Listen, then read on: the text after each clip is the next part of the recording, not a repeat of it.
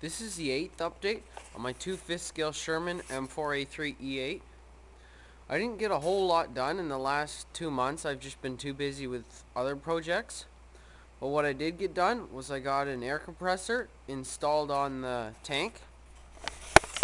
And what I made it using was, this is an car AC compressor, air conditioning compressor.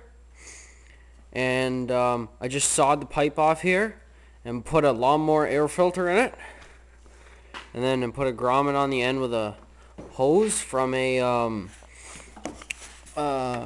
don't know if you can see it down there, but that's a oil injection pump off a snowmobile.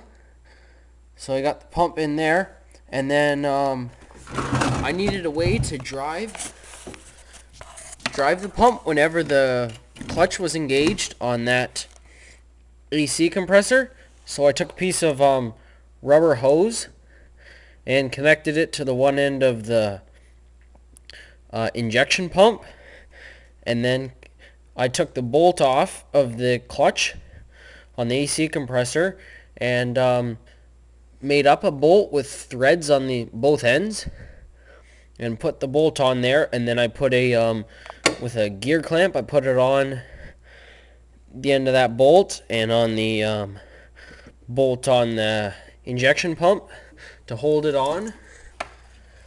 And that gives the AC compressor lubrication, because in an air conditioning system in a car, it's got to have oil in it, but air doesn't have any lubrication properties, so I need that oil injection pump. And I used a fuel tank off of a weed eater to hold the oil. I use automatic transmission fluid because it doesn't hurt gaskets or anything.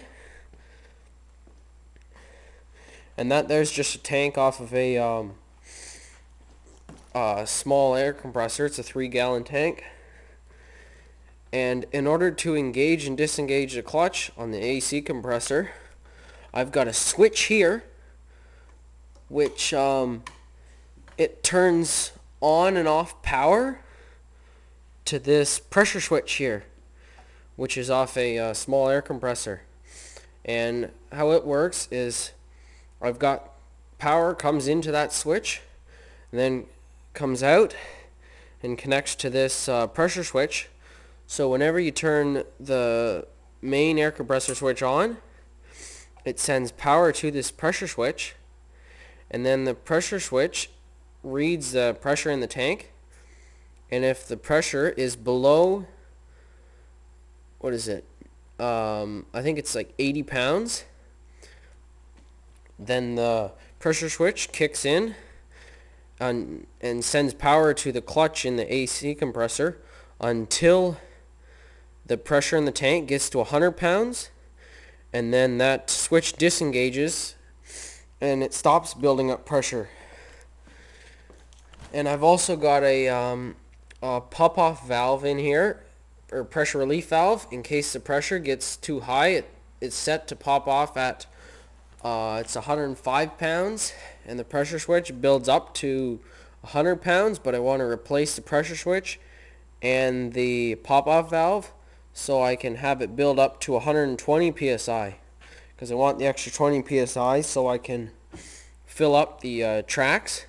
I can just run a hose from their tank to the air fitting here to fill up the tracks with air, intentional.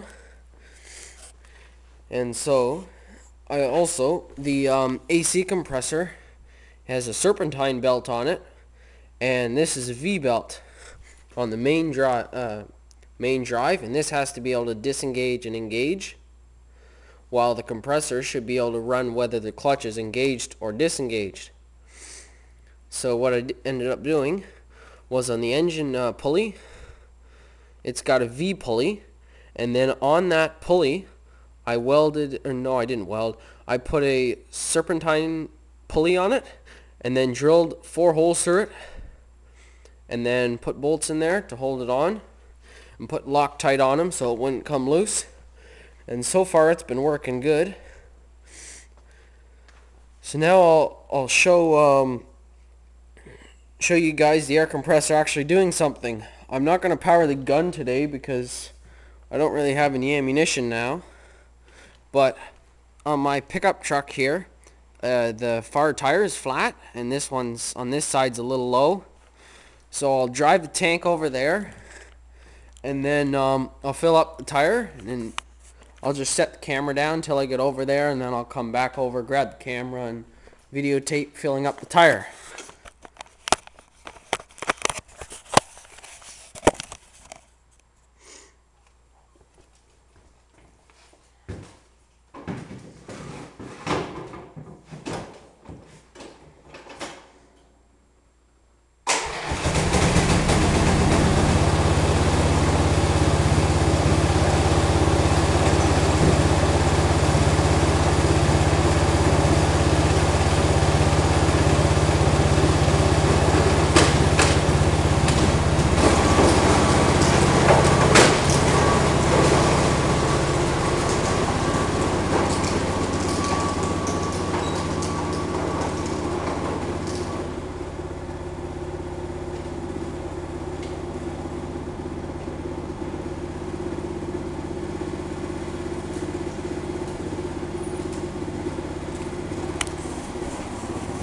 Okay, there I got the tank over there now.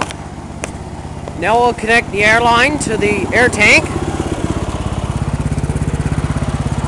Just use a standard air line.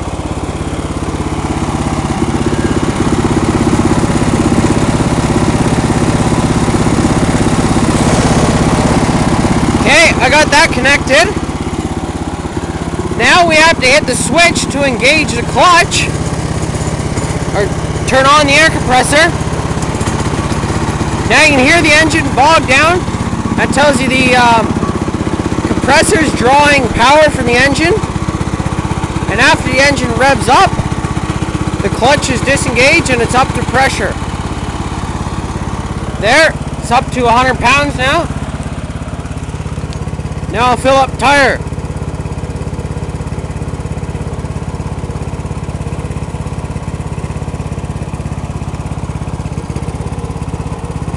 I don't know if you can see the gauge.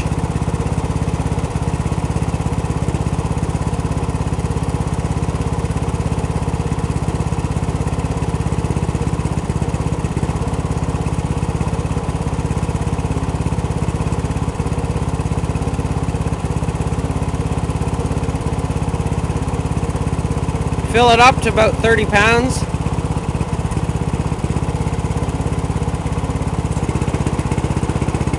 You just heard the air compressor kick in.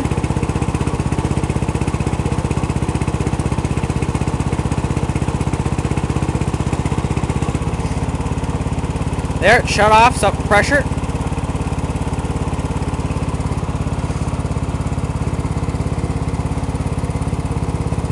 Not all that fast at filling up tires, but I think it's just my tire inflator here that's not filling it up very fast.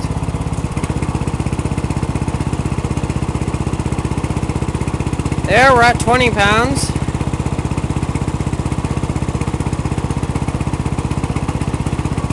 $25 would be good enough, I'll say.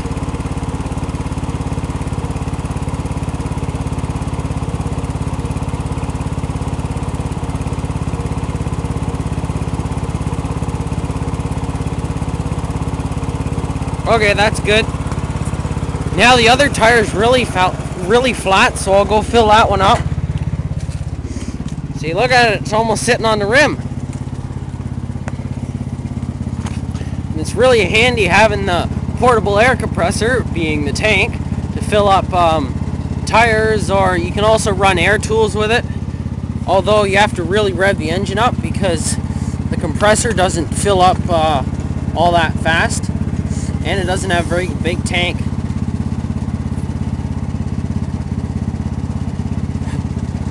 Next to nothing for pressure in it.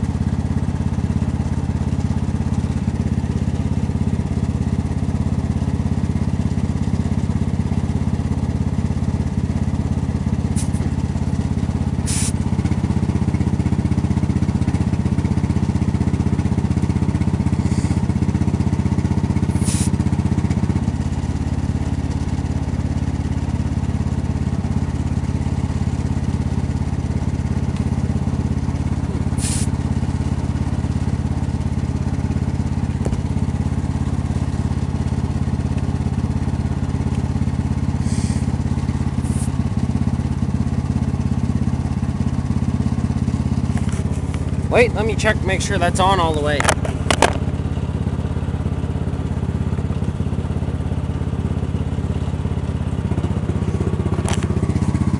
Yeah, it's filling up the tire. It's just slow, and I don't know why, though, but I think it's just my tire inflator I got here. Not filling it up very fast. But you can see the tire's starting to filling up with air.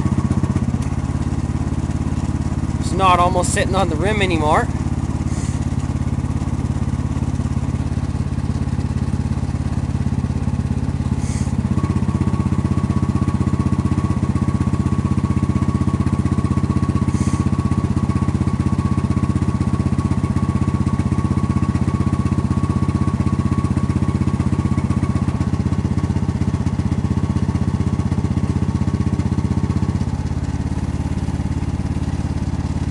There, 20 pounds is good enough. There we go, filled up both tires with the portable air compressor.